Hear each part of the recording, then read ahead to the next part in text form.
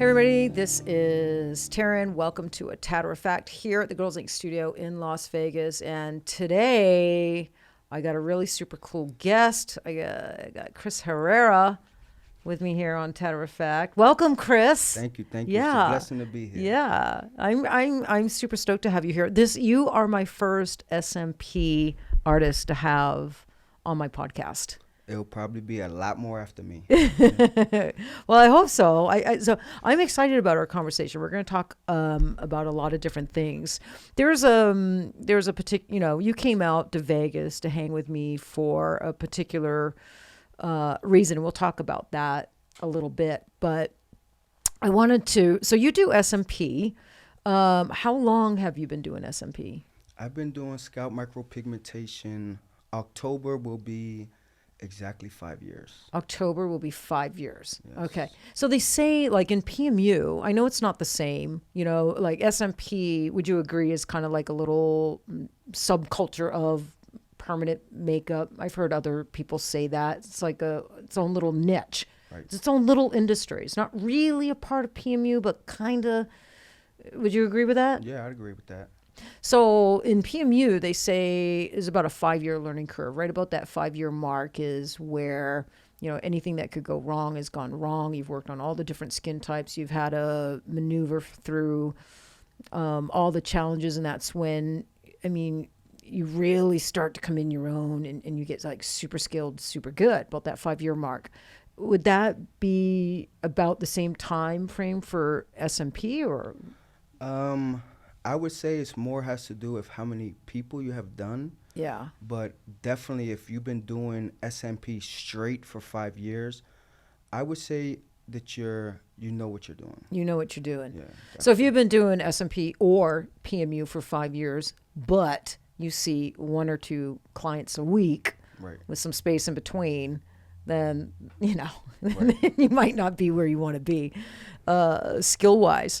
So, hey, when we were sitting around and you were talking with Kat and I, you told me a little bit about your beginnings, Mm-hmm. and I thought it was a beautiful story, Chris. It allowed me inside Chris Herrera and who you really are, and I thought it was a beautiful story because there's Chris Herrera, the social media personality, right? Correct, yeah. And there's Chris Herrera, the man that I'm getting to know. And they're different. Mm-hmm. They're different. Definitely. Yeah. So tell me, I'd like for my listeners to hear the story on how you ended up a barber, because that's what you did for many, many years before you found SMP. You were a barber in Maryland. Right. So at one of the lowest points in my life, I was a trouble kid. I used to get in a lot of trouble. My dad, he's from El Salvador, so he would work all the time. Single father, he would work all the time, and me and my brother, we would run the streets. So we used to get into a lot of trouble, and I would be in and out of jail. And one day we went to court, and they told my father basically, like, you can't control them, so we're going to take them from you. So we basically got juvie life. So I had to be in, I started out, I was in jail, then I got sent to a shelter. In the shelter, it was the lowest point of my life. I didn't know what was next, So I remember there was a barber there. He was a staff member, and basically he was there, just to give back, And when he cut my hair at the lowest point of my life, that haircut made me feel like everything was going to be okay. Like, it made me feel good about myself when I looked in the mirror. I loved who I saw in the mirror, and then that's when I decided this is what I want to do. I want to make people look good and feel better about themselves. So I decided I was going to be a barber, and basically I got out the group home, and I got sent home. Well, in the group home, I became a barber. And Did they have like trainings like for the youth there? Did they have like, classes or professionals come in and do like trainings or anything? No, just basically through connections through the barbershop. I mean, through the group home. Yeah. They were able to get me into a barbershop. Okay. And so how old were you at this point? I would say I was about 15 and a half, 16 years old. Okay. I started cutting hair, and I ended up completing the group home successfully.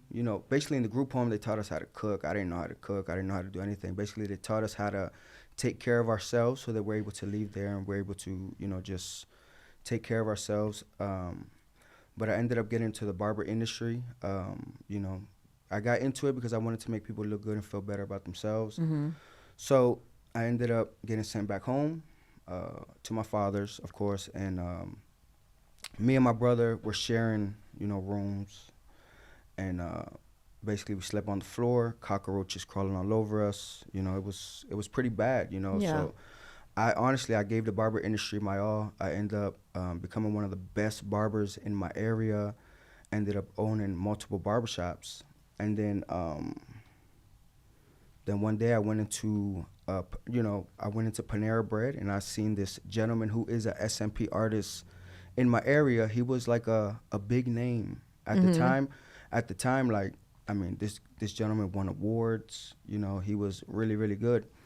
And I see him in Panera, and I seen that he had like a crooked hairline. It was crooked, and me just being a barber and just being in the group home, when I wanted to be a barber, I remember, let's say I got sent to my room because I did something. I would literally draw hairlines, shape-ups for hours at a time. It was... So just so my listeners know, so a shape-up is like the hairline. Yeah. So what I have here is considered a barbershop edge-up. A barbershop edge-up. Okay. Yeah. So a lot of times people do come into the barbershop twice a week to get this style. Yeah, because they like it nice and fresh and crisp with hard, crisp edges. Yeah.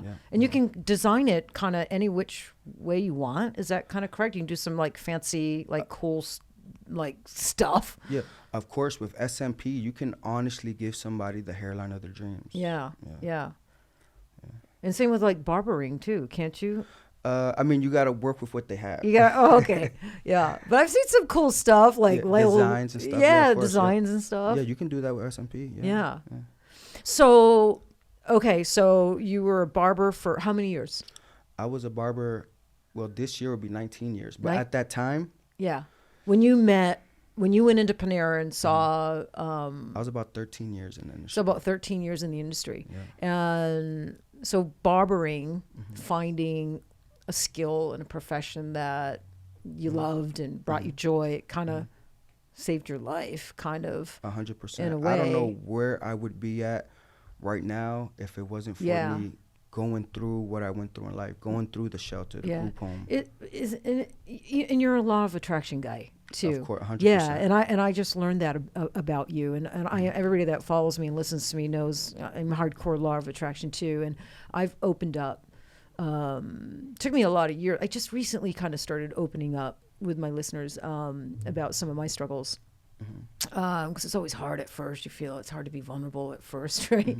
Right. But I had, some dark times too, and I always felt that just what you said, like you don't know where you would be without barbering, and I don't know where I would be without permanent makeup. I felt it saved my life. Right. I mean, seriously, it just like gave me something to focus on and to feel good about and be proud of. So I love that. So okay, so then you walk into Panera Bread and you see the SMP artist. Did you know what SMP was, or did you see this guy that had like some tattooing on his head, or were you already aware of what SMP was? I didn't even know nothing about SMP. All I knew is that when I walked in there at the time, I mean, at that time, this gentleman was already in the industry for maybe like 4 years. Okay. So his SMP looked like a straight solid tattoo. It was blue and green, and it had the worst shape up. I never knew it existed at all. I just knew that I could do a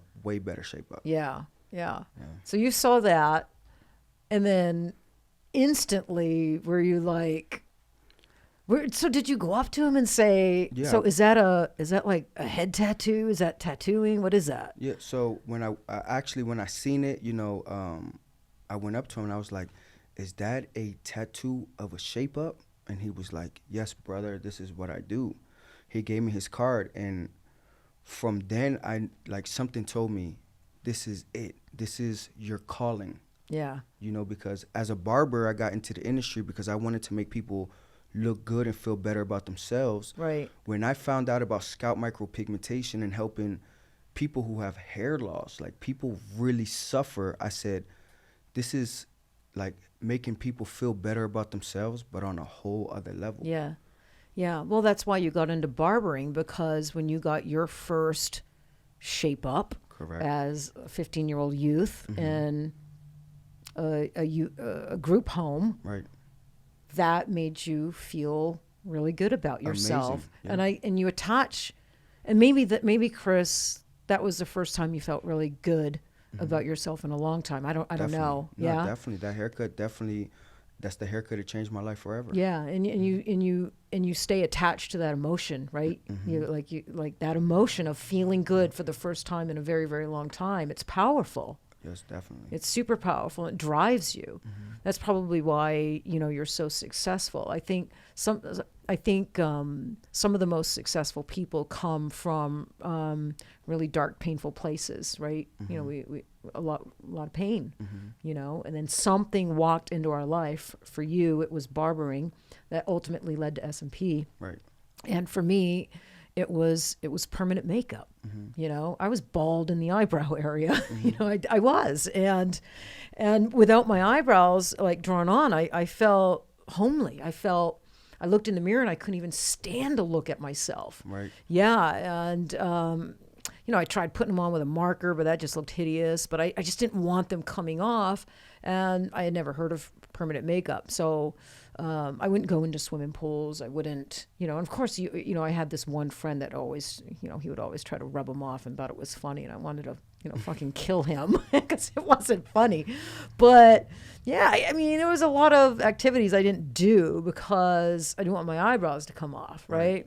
And then I found permanent makeup, got my eyebrows tattooed on, and in an instant, like you looking in the mirror with that shape up, me looking in the mirror of eyebrows tattooed on that I know would never come off again. Right. I would never have that worry again. It was just this beautiful moment, and I knew I wanted to do this the rest of my life and give other people that same feeling, that same security.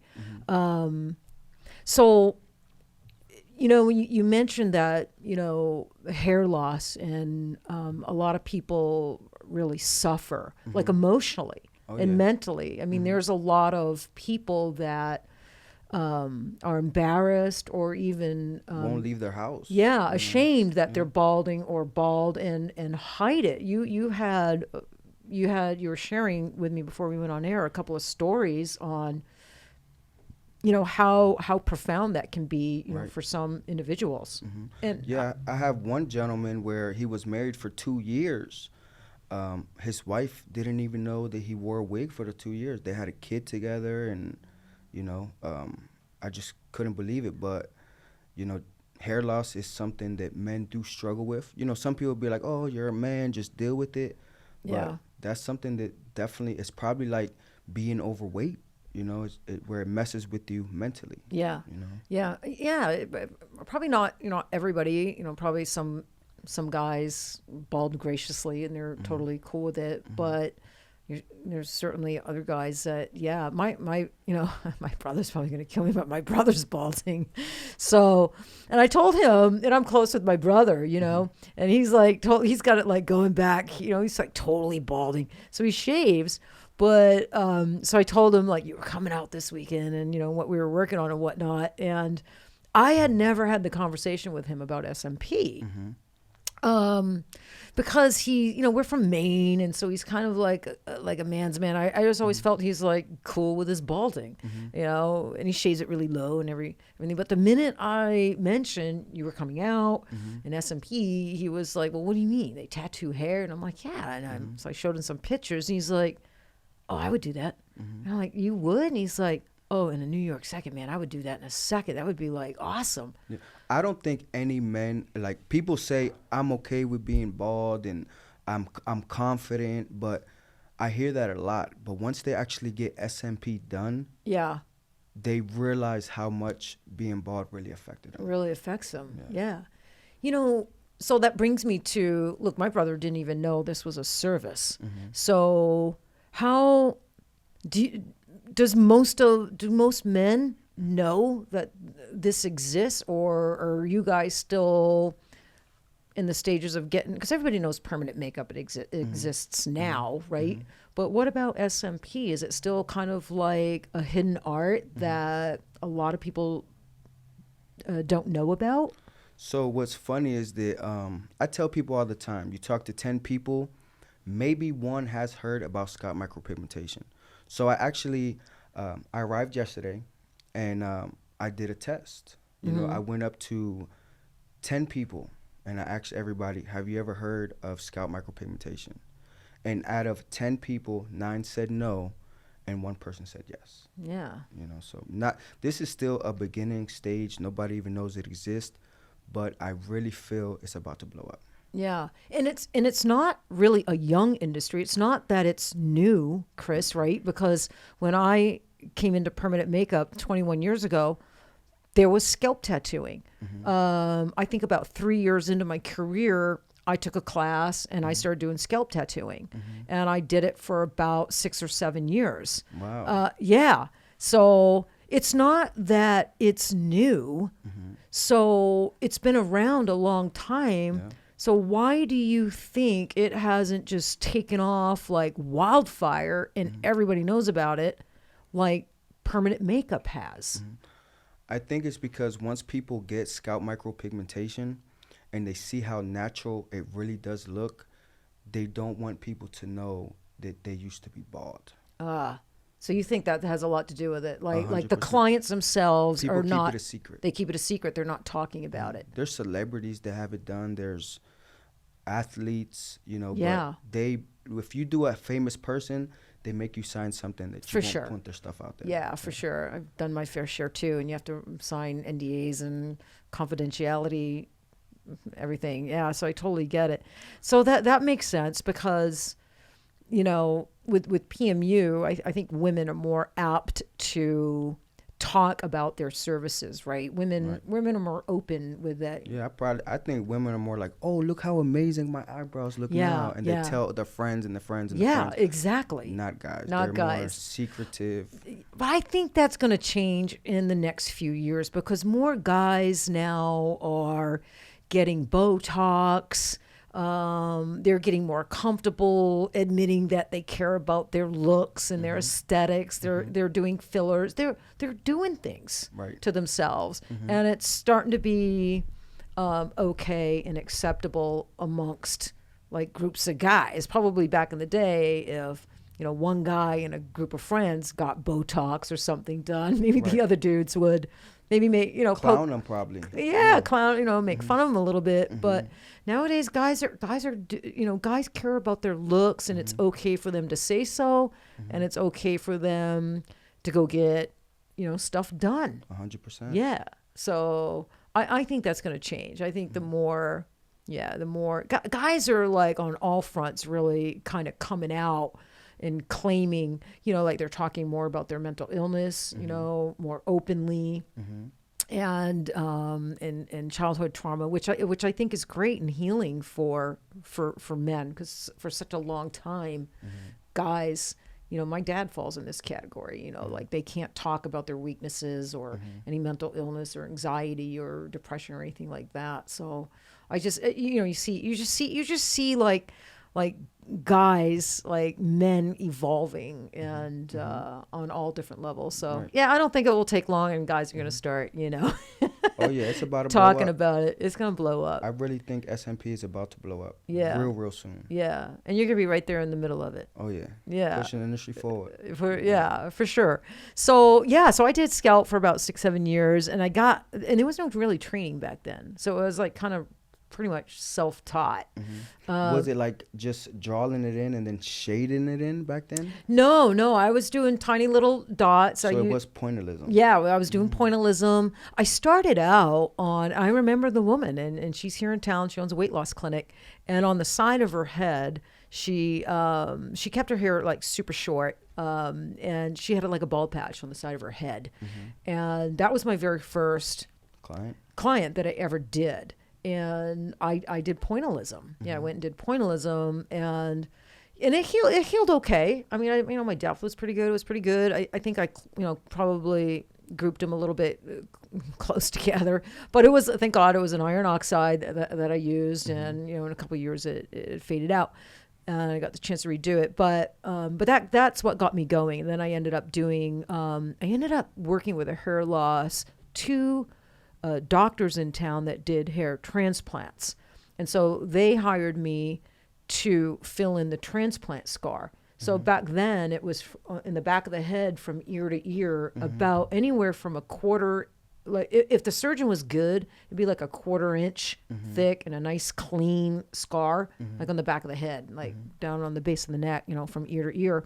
I would go to the doctor's offices and, bring my machine and my needles and my pigments and dot in that scar and fill in that transplant scar. So that's how I got my start. And then my first bald head came to me. And of course it was like an older white man, Caucasian guy. He was like 70, and and he was difficult, because I remember his skin being like super pink and just wasn't the best like canvas, but I kept going with it. And and the reason I didn't stay with it is because eyeliner and eyebrows, kind of ended up being my jam and getting really your passion. Yeah, my passion. So I guess I'm gonna ask you. I think this is what a lot of people wonder that don't do scalp tattooing is, you're sitting there. First of all, how long does it take you to do a full head? Like someone's completely bald and you're doing like a full head. How long does it take you? So I do 3 sessions. I average about 3 sessions. On the first session, I put them for 4 hours. 4 hours. Yeah, 4 hours. But that's drawing the hairline, doing a consultation, having them sign a contract, and then doing the procedure. I usually don't take breaks either. I just right through it. Second session, I do about 2.5 hours. Okay. And then the third session, half an hour to about 2 hours. Okay. Yeah. So all said, you're about 8, 9 hours in. So your first session, you're sitting there for like 3 hours, just like dot. Do you is it hard to like stay focused? Do you start seeing dots that like aren't there? When I first started doing a procedure, let's say I'm starting out, I used to be like 3 hours have gone by and I've only did like a little piece like this, and I used to be like, oh my gosh, I'm about to be here all day. Because you're moving slow. Right. Yeah. But now, honestly, like, it's my passion. I love to do it. People ask me, what do you do for fun, and I tell them scalp micropigmentation. They look at me like I'm crazy. Like, I can't, like, no, for real, what do you like to do for fun? And I love this industry. Well, when you hit me up, a few months ago? Yeah. Like, I didn't know you. Yeah. And you just reached out to me, and you wanted to collab, on a project together. And so, of course, I tell my wife, Kat, about you. And so I go on your Instagram, and I'm scrolling your Instagram. I want to learn a little bit about you. And I watch some of you got a great Instagram, the Art of SMP, if anybody wants to check out your Instagram and see what you're all about. You're a big personality on Instagram. Right. Yeah, you're a lot more subdued and a little shy. I would even say a little shy and kind of quiet, like in person. I'm real chill. Yeah. Yeah, definitely. you're super chill. So, but I was watching some of your videos, and Jesus, Chris, you sit there and it's like you put those dots in so fast. Right. But you never connect them. You never overlap them. They're always spaced like super perfect. Right? I'm a machine. You're like a machine. And you have to be like almost like robotic and exact and precise, right? Almost like very mechanical. How long did it take you to get that fast, that accurate, that good? So I would say in the last 2 years, I felt like I become a lot more comfortable. So when somebody used to sit in my barber seat, and let's say it's a new client I never cut before, when they sat in my seat, I used to think to myself, I'm about to give this guy the best haircut of his life, and they don't even know it. Yeah. You know, and I remember when I started SMP, I used to say, I can't wait till I get to that point where somebody comes in and I say, I'm about to change this guy's life, and he doesn't even know it. Yeah. I would say about 3 years in. About 3 years in, Yeah. you start your speed, your act, all that. Yeah. I can literally close my eyes and just go pop, pop, pop, pop, pop, pop, pop, Yeah. pop, off a feel. That's cool. So, I think a lot of our listeners, and because as SMP is starting getting pop, let me start here. Is it mostly men doing SMP? Predominantly men? It's definitely men dominated. Male dominated. But there's women killing the industry. Yeah. Definitely. I've got a scalp class I'm hosting here at the studio in February. The Scalp Sisters. They're out of the UK. So it's two females, Carrie and Jessica. So they're coming over, and so I'm super excited. So I'm seeing more women getting into it. I do a lot of classes here, and sometimes that topic will come up. We'll talk about so what's on your bucket list, like you want to learn, and I hear SMP a lot. Right. So someone listening to us right now that's already doing, permanent makeup, if, they're interested in learning SMP, like, what's the first step? If they're good at PMU, are they automatically going to be good at SMP? Well, in life, you get what you put in. Yeah. If they want to be great, they can be great, but it's what they do once they leave the class. Right. If they take it serious, 100%. 100%. Yeah. Yeah. Yeah. All right. I'm excited. And you offer hands-on classes? Of course. We offer a 3-day class, includes all equipment, certificate, and they get to work on a live model. And they get to work on a live model. Yes. Yeah. So your students, does it take them? So how long do you have to step in and get the procedure moving? Because I would imagine when you first start, because I remember first starting, it's been a few years, but I remember you're so afraid of connecting dots or hitting a dot, not having your space. You dot slow. So, and it took you a while to get your speed up. Yeah. Well, we train them so they feel very comfortable. When they get in there, they do feel very comfortable doing the procedure. Now, you do get those people that, when I step over top of them, but without even touching the machine, they're like, they're shaking. Yeah. We try to get them comfortable so that they're able to perform the procedure. Yeah. Do you find like certain traits, like a certain personality trait, like for instance, like I'm a Virgo, so I'm super detailed oriented, perfectionist, a little controlling. So I would like to control my environment. So do you find like more that personality type might gravitate and be a little bit better suited for SMP? I feel like anybody can do it, really. Yeah. Okay. I feel like anybody can do it. Just it's how serious they take it, Yeah.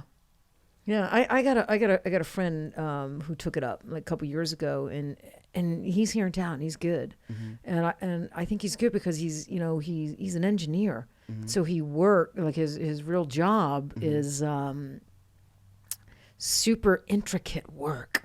He's so used to sitting there and working so intricately with his engineer work that he just took to SMP. I mean, he was good rather quickly. So, yeah, I don't know. I was just curious if you had any thoughts on that. Yeah, I think anybody can do it, but barbers have kind of like the upper hand in the industry. Yeah, so why do you say that? I say because, like, I was a barber for 18 years. Right.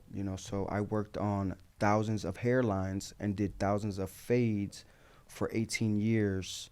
So I kind of feel like I was a barber for 18 years to put me in a position to do scalp micropigmentation. Yeah. You know, so it's somebody can literally sit in my seat and I can look at a bald head and already picture what hairline fits them. Yeah, because you know what's interesting, Chris, and I don't know if I even thought about it this way, but you know, when it comes to tattooing eyebrows, there's all kinds of shapes. You know, it's got to be symmetrical. You got to nail the arch. You know, the bulbs. I mean, you think of shape. Correct. With eyebrows or eyeliner, but I don't know necessarily if people think how important shape and mapping and the pre-draw is for scalp. I'm wondering if a lot of people think, well, it's just a scalp. There's no mapping or shape. You just... Oh, there is. There is, right? Yeah. So as an SMP guy, and you're super artistic. I mean, you were a barber and you had a really good aesthetic eye. You created all these designs and shapes. Correct. So you have to decide how low on the forehead, how far back on the temples. Correct. All that stuff. We basically teach people like where to, like, using the eyebrows, where their side peripherals should start, or using fingers to put at the bridge of the nose where their hairline should start. Okay. You know, basically just to get them to understand where it's supposed to be. And as they do it, it gets easier and easier. It gets easier and easier. Correct. And you said there's two different styles, like the barbershop edge up, which is what I have. And then, you know, there's honestly thousands of hairlines, but the two main ones are the barbershop edge up or the natural hairlines. But there is receding, like people, like the older you are, the more receding, looks more natural. It looks more natural, or yeah. softer, you know, lighter in certain areas. So the barbershop edge up, that's what you have. Yes. And just for anybody that doesn't know, that's a little bit more of defining line, like Correct. a crisper, sharper, more defining hairline. Yeah, which you can't do this type of hairline on everybody. Like No. I know SMP artists that will put this hairline on everybody. It can be like, for example, a judge, a 100-year-old white guy, and they'll give him a barbershop edge up, and you just can't do that. It's not going to look natural. Correct. So on a guy like that, you're going to want to do like something super soft, receded. This is my style. This is what I love. You know, I love my hairline. So who did your head? So I got it done by the gentleman from my area. He started it. Yeah. And then I, you know, just traveled different places. I kind of fell into what a lot of people fall into, which is you get the first session, it looks amazing. And you're like, oh, this looks good. And then you get the second one, you're like, oh, wow, it looks better. Third one, it looks better. And then you want more and more and more. So I kind of fell into it. But the last gentleman who did my SMP was a great friend of mine, Jesse Lima, which he is the first barber I've ever seen doing scalp micropigmentation, which he brung my hairline down and adjusted it exactly to where it should have been. Okay. But he had to work over top of a lot of ink. So let's talk about like aging. I think that's a lot of people wonder how it ages, because you guys are using carbon, like black carbons, right? Correct, yes. So how does it age? Does it eventually like fade out like permanent makeup does, and you have to redo it in a few years, or is this something that will last like a lot of years, like a long time, or? So it lightens up over time, and we usually recommend to get a touch-up approximately every 3 to 10 years. Okay. But it does lighten up over time. Yeah. Okay. If it's not so dark. Yeah, right. We do recommend a touch-up. Yeah, I gotcha. Okay. Yeah. All right. So you can go as dark as you want or as light as you want. So you can do more like gray hair follicles or. Well, yeah, black you can definitely hair use lighter black pigment. Correct. Yes. Or brown. Brown just hit the industry, and it's honestly giving some of the best results. Brown. Yep. Yeah. For like blonde hair or brown hair clients. Well, I would think that would be like important, but right, because like you wouldn't want to put black on. Yeah. So is it more? Is it an organic pigment? Yeah, vegan organic pigment. Yes. Yeah. So and I know a lot of SMP, friends. You know, I see them at conventions, they have booths and whatnot, and I'm super friendly with a lot of people, and some of them like iron oxides, you know, for some of their clients, and some of them like you know, carbon and you know, for some of their clients, they use both, they utilize both depending on the client and the type of look that they're trying to get. So, all right, well, man, thanks for. Oh, I had one more question, an SMP question. Okay. Yeah, and then we'll talk about like why you're here for a minute. Okay. So do you do beards and like mustaches and like side chops, like sideburns? Yeah, of course. Yeah? I got my beard done. You do? Okay. All right. Basically, as a going to different barbers, I used to get my line pushed down all the time. I'm a beard guy. I love my beard. Yeah. I usually grow my beard out. Does your wife like your beard? Of course. She does? Yeah. I don't know if I would like a beard guy. No. If I was like dating guys, I would think I would make you shave your beard. I love my beard, so nobody can make me shave my beard. But that's only because I'm used to like, you know, Right, woman right. for so long. Right. So I used to get my beard pushed down a lot. So Okay. So I ended up putting it exactly where I loved it. Yeah. And now my beard just stays perfect all Just the time. stays perfect. But I have actually done women who wanted a mustache and hair on their chin. Get out. Like Yeah. like a woman Yeah. wanted a mustache and hair on her chin. Correct. Yeah. Gave them the look of a 5 o'clock shadow. Did you know. ask them what? No, I mean, not that it matters. I mean, but I would be curious as to why. I don't ask questions. No, just I give ask them a lot of questions. yeah. I'm curious by nature. Yeah, and but I always ask like out of love, and I you know, but yeah, I get super curious on. You know, I didn't want to make them feel uncomfortable. Yeah. You know, I just honestly, they told me what they want. I wanted to do the best job possible, and it came out amazing. Yeah. You know, they loved it. I think I'd be so curious. I would have to like kind of dig a little bit. Yeah, but in a way that made them, you know, didn't make them feel uncomfortable. Right, But I'd be yeah. so curious. Yeah. People fascinate me. Right. Yeah, and I'm super I think, you know, once a client's with me like a few minutes, they get a feeling that I am non-judgmental. I'm warm, and I just like to pry and get to know people. I like to figure people out. Yeah, a little bit. So do you like mustaches, Olivia? We got a straight girl in the house over here. Yeah. You like mustaches? Yeah. All right. Nick don't have one, does he? Yeah, he does. He does have one. All right, don't tickle when you like kissing and stuff like that. A little, but I don't I remember, you know, a little kid, my dad in the winter, I grew up in Maine, he would grow a big old beard, mustache, and he would like kiss me with his mustache and beard. I'm like, oh, Dad. It's like, oh, like rug burn. Give me a rug burn with it. That's my memory of beards. So, hey, let's talk about why you came out. So I came out because, you know, I felt like the industry needed a product.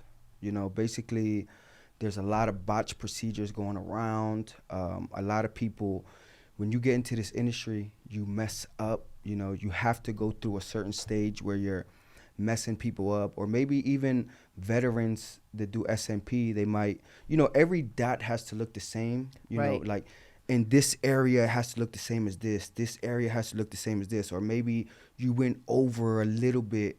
So I wanted to come out with a product that, you know, basically help push a product that could help everybody in the SMP world.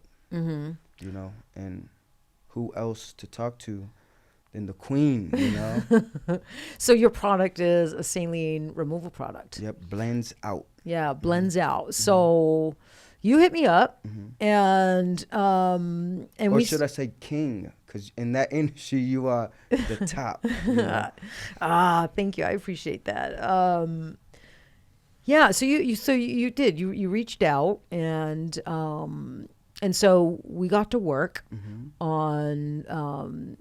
I called my chemist and, you know, my peeps over at LI, and told them, you know, what we wanted for the scalp.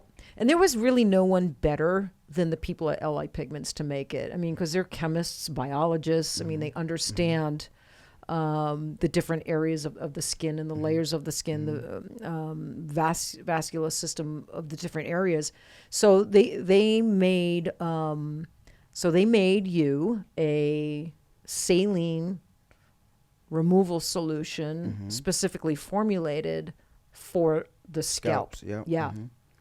And we've been testing that for a long time. We just did a removal. Correct. Yep. A little bit ago. And so I'm super stoked. So that's why I got into removal a long time ago, Chris. Been doing it about 16 years, is because, yeah, when you see this, I think when you do work so beautifully and so eloquently, like you do beautiful scalp work, I think I do really beautiful, PMU. And when you see work that's subpar and it's hurting that person, it's causing them to have low self-esteem or depression, sometimes worse. I mean, it can really affect somebody when they're walking around with bad work. And once you get your first case under your belt, once you do a removal and a correction, and you change that person, it's addictive. You want to do it again and again and again and again. And saline removal is not the easiest thing. It's not like instant gratification. When you're tattooing your dots in the skin, you see them immediately. You can tell, it's going to look great.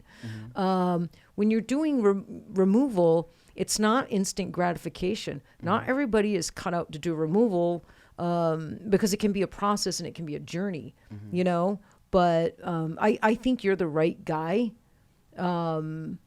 to elevate the SMP world with your new saline solution and get the right education out there to all the SMP artists that want to learn the right techniques, the most efficient and safest techniques to remove botched scalp work. I think you're the perfect guy to do it because of your passion and your ethics. Yep. And the love I have for the industry. Yeah.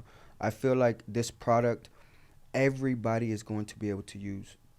People who have been doing in the industry for 10 years, especially people who have been in the industry for 10 years, because the work back then is totally different from the work it is today. Right. But even today, sometimes I might have a big dot, and so this product is just going to help make their SMP look that much more beautiful and perfect. Yeah. So every now and then you can even end up in your own work with like a dot that's too big. Of course. So how does that happen? Is it just a little bit too much pressure, which we all can do, even in like, when I'm tattooing eyebrows or eyeliner.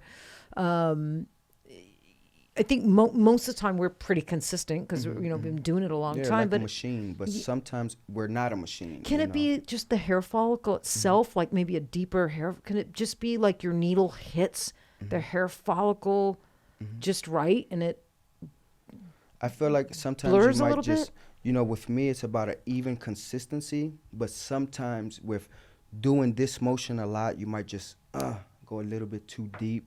Yeah. So I feel like it's something even veterans, people who've been in the industry a long time, can use. Yeah. Especially the newer artists, because when you get into this industry and you're doing heads, when you first start out, you're gonna mess people up. I mean, in anything you do, you gotta crawl before you can walk. Yeah. So this is just gonna be able to help artists so that if they do mess up, they're able to fix it.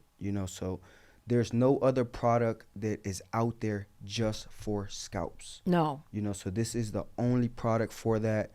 And I feel like everybody in the SMP industry is going to use it, going to love it, and this is just going to take off. Yeah, I think so too. People know me for lift. And so one of the questions that I might get, I'm not really like, involved, this is your baby. We're just collabing on some things. But one question you may get a lot when people discover you collabed with me is, well, isn't that just lift? Did you just private label, white label lift? And it is not lift. It has different salts. It has a higher salt content. Right. And it has completely different ingredients than Lift does. It's a completely different product. And I really relied on the chemist over at LI to help me with the ingredients and the salt content because we're working on the scalp, which which is different. You know, it's a unique area of skin, unique area of the body. So yeah, it's not lift. So you can, you know, confidently, you know, tell them that it's a very different product. And so I'm really, really excited for you. And you're going to be launching an online training course, right? Which is smart, but and I think responsible. I mean, if you're going to, you know, put out a product like this, then I think it's important to put out the training to go along with the product, because you know a lot can go wrong with saline removal. There's do's and don'ts. I wish honestly this was out when I got into the industry. Yeah, I know. You know, saline, I mean, I think it was maybe, I mean, when I started doing saline like 16, 17 years ago, Chris, there were no products. I mean, we used to use regular like salt. I used to go to McDonald's, man, and buy and get the little, like, I would like, you know, oh wow, take packets of salt. Yeah, steal. I don't want to say steal, borrow. Right.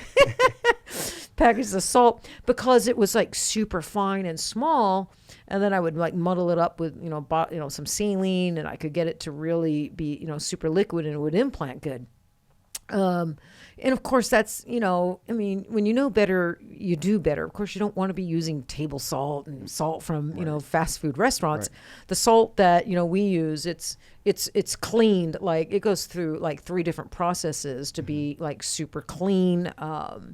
So yeah, I think SMP artists, it's going to put, well, I think a few things. It's going to allow them to feel that joy of helping somebody that's distressed over some botched, you know, scalp work. It's a service that they can offer that adds, you know, another stream of revenue, which is not the most important thing, but some people do take that into consideration.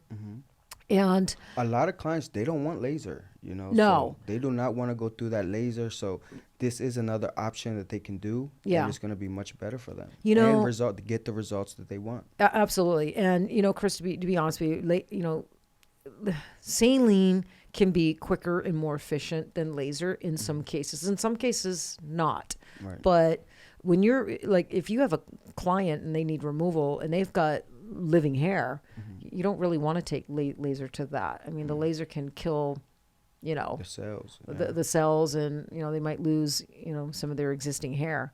So, I mean, that can certainly happen. But, and then I think, you know, for me, doing removal all these years, it's, you know, it's not creative. You know, you're using your aesthetic eye. You're not like mixing pigments and drawing design. It's not that. It's a little bit more methodical, mechanical, you know, you're following the do's and don'ts. But I don't know. I think I built a bigger clientele because of all the removals I've done. Because once you do a successful removal on somebody, like they're super grateful. They're thankful to you, and then they become a client, you know, for life. Right. So I'm stoked. So are you gonna go home and you're gonna do removals? Of course, you know, or I'm at least gonna train somebody so they can do that at my office. How do you think? Couple more questions. How do you think? Because when you're doing scalp work, you're using small needles. Are you mostly using like 3 tights, or do you use singles at all, or? So I use nothing but 3RLs. Yeah. I just feel like it's a better retention, not so much pain. Right. And I like the way my work comes out better. Yeah. I used to use 1RLs, but it makes the scalp bleed more, and the retention isn't as good. Yeah. So I use 3RLs. I use 4 main sizes: 04, 06, 08s, and 10s. Wow. So 04, that is like super small. Micro. Yeah, that's like micro. Yeah. Wow. So to get to my question is, so scalp artists are used to really small liners. Correct. And one movement, you know, that pointillism movement. So when it comes to removal, they're going to have to learn like a different set of skills. They're going to have to learn the circles. Yeah, like we did today. You know, because today we did a removal on a scalp where all the dots just blurred together. Correct. There wasn't like single dots. A lot was spaced. wrong. The hairline placement was wrong. The color of the inks, the needles used, the blending. The gentleman, he actually had long hair, so he didn't want to cut it when the procedure was getting done. So basically, the artist literally went in there and just blacked everything out. You know, So he allowed the client to keep the hair. Yeah. And this gentleman does not want laser. He said no laser. It's not even a question. Once I told him about this product that we're coming out with, I mean, he was just, he was all for it. I mean, he literally flew 6.5 hours all the way to Las Vegas to get it done. Yeah, I know. Yeah. He was it was like super cool today. Yeah. So the course so your online course is going to teach them all about the product. You know, we filmed a removal today, and, you know, we're going to have latex tutorials on there showing how to do circular movements with larger needles. Right. Not that they won't use, you know, 3RLs and do pointillism in some cases for removal, but there's nothing out there in the SMP industry like this. Yeah. You know, and I'm blessed that I was able to team up with you, somebody who has the most experience for saline removal. So it's not your regular class. It's something that has years and years of experience going into this. yeah. You know? Yeah, thank you for that. Yeah, It does. And it's got you behind it too. So I'm excited. I think one thing that the users are going to like a lot is just it's simplistic. It's a bottle of really kick-ass saline removal solution, right? Made in a great that works, safe and super effective with really solid techniques. We're super transparent. It's not like you have to buy 2 or 3 different like products or use a special machine, you know, and there's kind of like this secrecy and this, oh, we can't tell you this because it's patent. It's none of that. It's really simplistic and straightforward. A good bottle of saline, take your course, learn a good solid set of skills. Use and the something you will be able to use. Yeah, you know? yeah. Use the machine that you're already using, and you're on your way. Yep. So, you know, people like that. They like straightforward. Yep. Yeah. I think we're done. How was that? Huh? I'm glad to be here. I'm blessed to be here with you. Thank you. So it wasn't that bad, right? You were a little nervous coming on.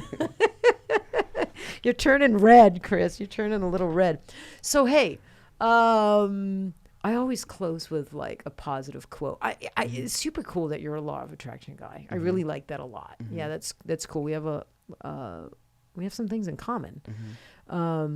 So I always usually close with like a positive quote. So do you have a quote or a positive saying that you want to close out with? Yeah, I got one. Yeah. So what I tell everybody is I believe in the law of attraction. When you do good, good things happen. When you do bad, bad things happen. And also when you're positive, positive things happen. And when you're negative, negative things happen. And we have a choice every day that we wake up how our day is going to go. Yeah, that's true. And it's work. Don't you find some days to stay positive? Of course, yeah. I started doing this 5-second thing. Have you heard of the 5-second thing? No. Have you heard of that, Olivia? No. So it's like, so I heard people talking about it. So I Googled it, and it's like you get in the mirror just for 5 seconds and you say two or three really positive things About yourself? about yourself. I like do that every morning. I've never done that before. So it sounded a little dorky to me at first, but I've been doing it like a couple weeks now. Yeah, I will admit I'm in the mirror a little longer than 5 seconds. I've got some good things to say to myself, Right, Chris. that's awesome. Yeah, I mean, on days you wake up, some days you wake up, man, things feel heavy, right? You know, I deal with some anxiety and depression, so some days you wake up and just shit feels heavy. Right, it's So just not your day. It's just not your day. Those are the days that I find myself in the mirror a little bit longer than 5 seconds, just saying some positive things like, you know, you got this, Teryn, and just saying some things. And I have been finding it really super helpful. So yeah, the 5-second thing. I'll give Everybody it a should- try. I'll Yeah. give it a try. I do it in the mornings, but I'm going to try it throughout the day as well. All right. Yeah. Right. Okay. Cool.